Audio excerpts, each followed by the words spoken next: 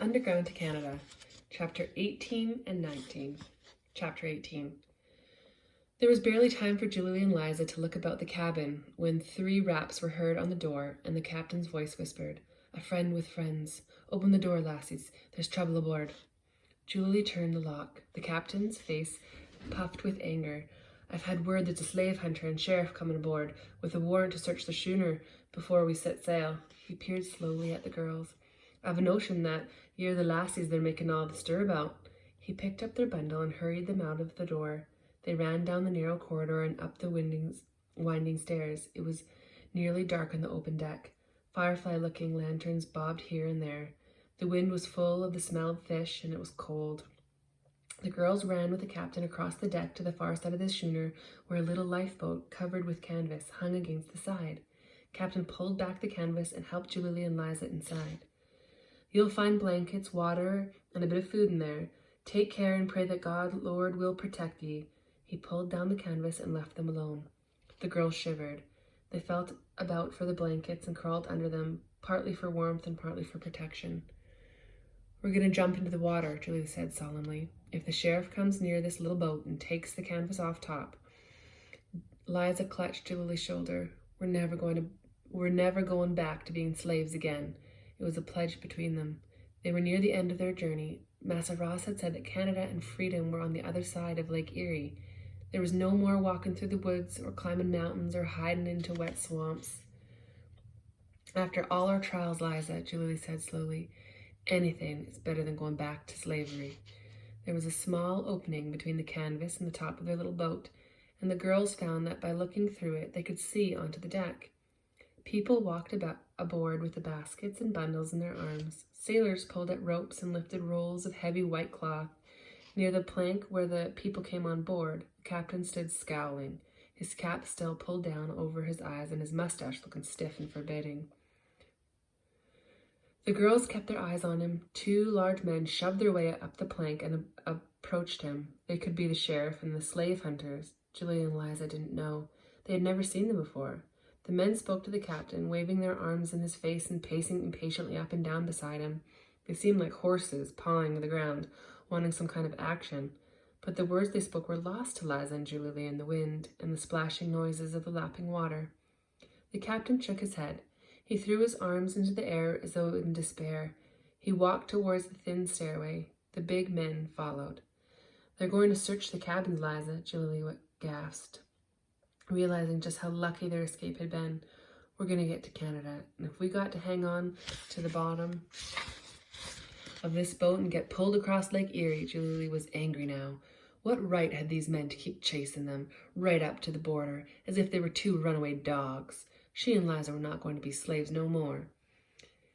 It was night now. The gray fringes of the daylight had slipped from the sky. Dark clouds foamed and raced across the Mayflower. Then they parted, and a half-moon dazzled the schooner with yellow light. The North Star shone above with radiant steadiness. A bell clanged, and the boat swayed impatiently as though eager to break away from the shore. The captain and the 2 large men popped out of the stairway. They heaved and puffed and ran to the entrance plank. They shook their fists in the captain's face, but he shoved them onto the plank and waved goodbye. The Mayflower turned. It was swung around into the wind. The sail high above began cutting through the water. "I feel that I'm flying through the sky just like those sails." Liza hugged Julie as they both pushed a wider opening into the canvas so they could see more of the outside. The joy that Julie felt was so intense that there was no pain in her heart. "Liza," Julie said finally, "Mammy Sally's watching that same North Star. I've got to keep myself from hoping too much, but I'm hoping that it's led her to freedom too." Liza began feeling about for a bundle of food and the flask of water. The girls ate and drank all of it. They drew the blankets close around them and watched the billowing sails catching the sun, the rushing wind. Without wanting to, they slept in the hollow shelter of the small little lifeboat. When the captain found them later, peaceful and warm, he left them to rock through the night and be refreshed by the morning. A crisp, bright morning came quickly with thin white frost powdering the deck. The air was strong with fresh fish smell. They mixed with the land smell of pine and pungent walnut bark, a fertile earth still warm from summer. The waves on Lake Erie lapsed into gentle ripples. Sails were pulled in and the Mayflower drifted ashore. Julie and Liza woke with the sudden stillness of the shooting landing. They grasped each other's hands for comfort, and at once remembering the Mayflower, Lake Erie, and their nearness to Canada. They pushed up the canvas on their little boat, and the bright sun showered over them. The captain ran toward them, shouting with his trilling R's and upturned sentences. "Ahoy!" He waved for the girls to join him. "All passengers ashore!"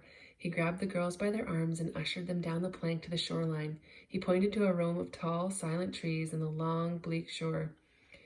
"See those trees?" he shouted. "They grow on free soil." Julie and Liza ran down the plank and jumped to the ground. "Canada!" they cried together. The captain nodded. Liza dropped to her knees. She spread out her hands and kissed the ground. "Bless the Lord, I'm free," she cried.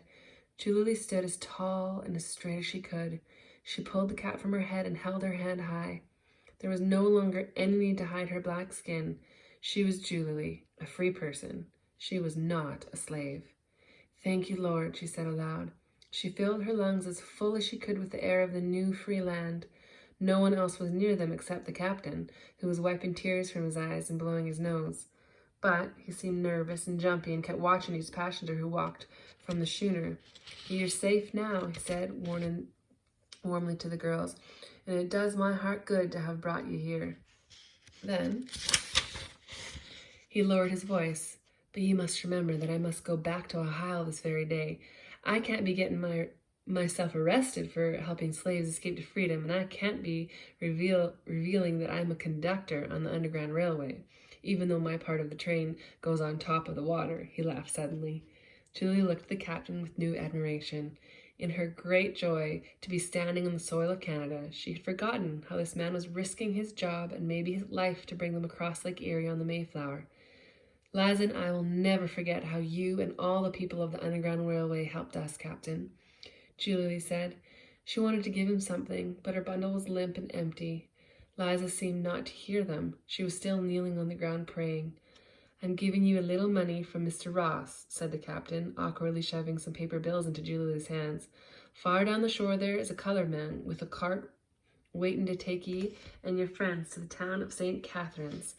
Mr. Ross arranged it. Your cousin Lester has a job in that town and he'll take care of you for a bit."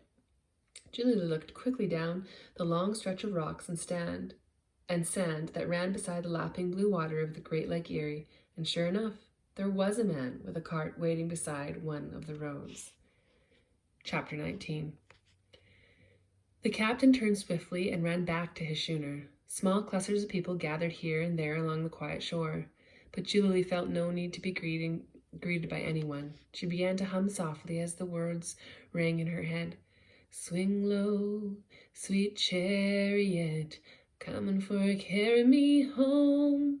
Julie walked towards Liza and shook her gently on the shoulder. "You can't just sit here praying for the rest of your life, Liza." Julie laughed with a full, strong voice. "We've a ways to go yet. There's a man right up there waiting to take us there."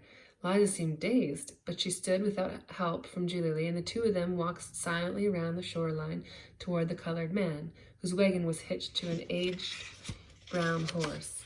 As they neared him, he seemed to recognize them as his passengers and stood waving at them. Liza drew back. "We'd best hide in those bushes, Julie, until it's dark." "What's he mean, letting everyone see him waving at us?" "Liza," Julie shook her friend again. "We are in Canada and we are free. A free means not having to hide no more." Liza stopped in her shocked amazement, as though this new idea struck her like a bolt of lightning.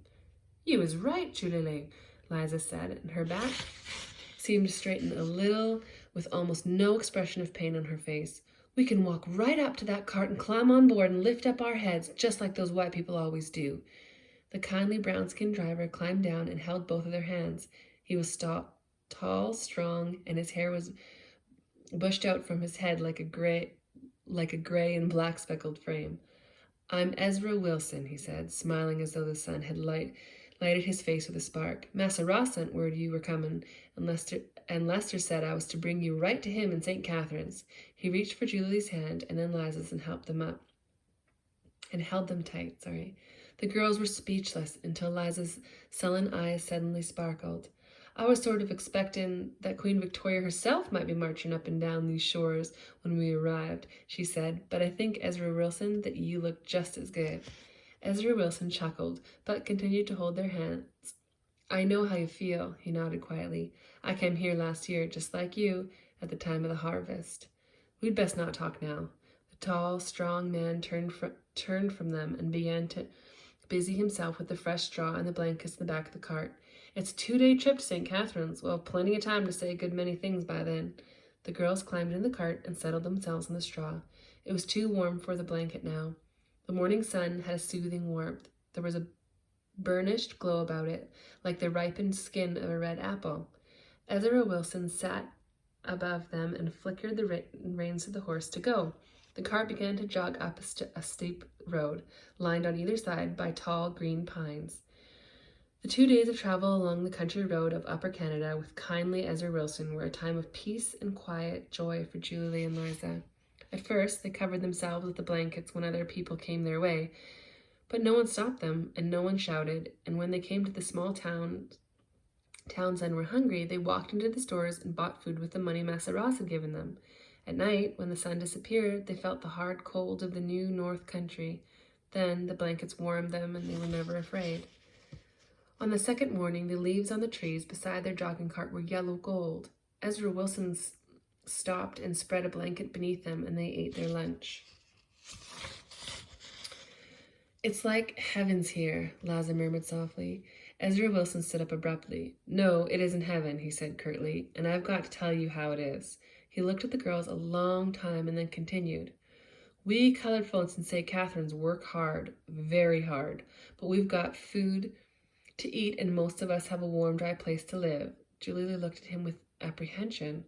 What else did he have to tell them to let them know that Canada wasn't just a place with yellow gold leaves? Ezra continued to stand. His face was stern, but he didn't raise his voice. We've found jobs, he said, but none of us can read, and all the white folks can. Read? Julie asked, never having thought in all her life that she might ever learn to read. It seems, Liza and Julie, that the white folks don't want us in their schools. Ezra's face grew sad. There is a St. Paul's Ward School in St. Catharines for the colored and St. Paul's Ward School for the whites, and the white schools get more books and more paper and more desks and good strong buildings. But can we go to school and learn to read? Julie's eyes grew round, wild with wonder. Would they let somebody like me come? Liza lifted herself painfully to look up into the force of tall Ezra Wilson. I'm learning. Ezra smiled down at her and rubbed his gray fleckered hair.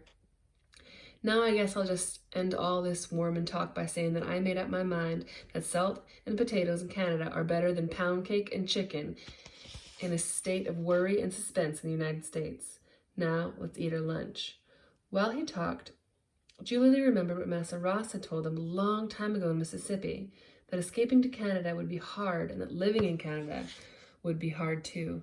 But it didn't seem to hurt to remember this. She and Liza could work, and salt and potatoes weren't bad for eating when no slave owner was around to threaten or whip. One night, Ezra Wilson talked about St. Catharines, how Lester worked there as a porter in the Welland House Hotel, where a special pipe brought magic mineral water to all the guests. He told how former slaves helped to build the hotel and how many of them work there now. It's a grand place. Ezra spread his long arms wide and high. A big porch runs along the front of it, and all the fine people sit there rocking away in their chairs. Julie and Liza were excited and yet worried about arrival in this town. They talked continuously to one another in the jogging wagon. How would it be to live in a town and not to be a slave? How would Lester look? If only Adam had lived to welcome them too. Julie yearned to ask Ezra Wilson if he had ever seen or heard of a handsome black woman called Mammy Sally, but she didn't dare. As long as no one had heard of her, there was always hope that she could come to Canada. But if they did know, and something bad had happened to her, Julie wanted to put off the knowing of it as long as she could. On the morning of the third day, Ezra told them that the town they were coming to was St. Catharines. At first, it looked like the other villages they had traveled through. There was large and small houses, mostly built of brick. Trees and shrubs and flowers grew everywhere. But on the streets of St. Catharines were many black folk just like them.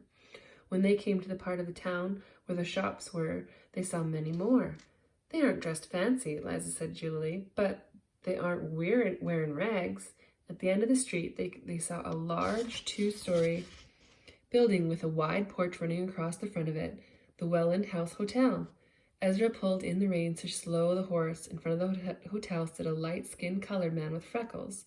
He wore a tight suit that buttoned up in the front with a shining gold button. "It's Lester," Julie shouted. She jumped from the wagon and ran towards him.